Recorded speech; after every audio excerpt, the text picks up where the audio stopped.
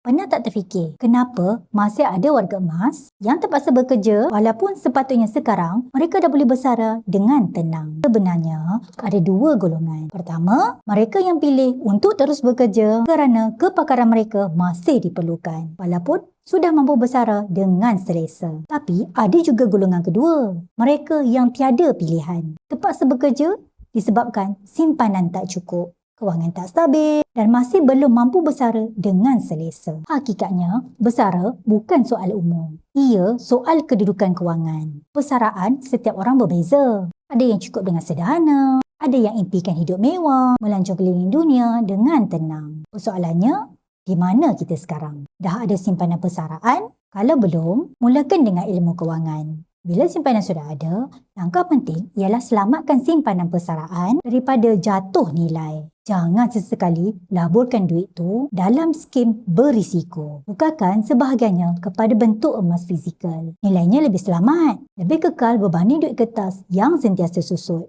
Bagi yang nak mulakan simpanan emas di Public Gold, boleh rujuk pin video saya atau klik link di profil untuk saya bantu sebaiknya.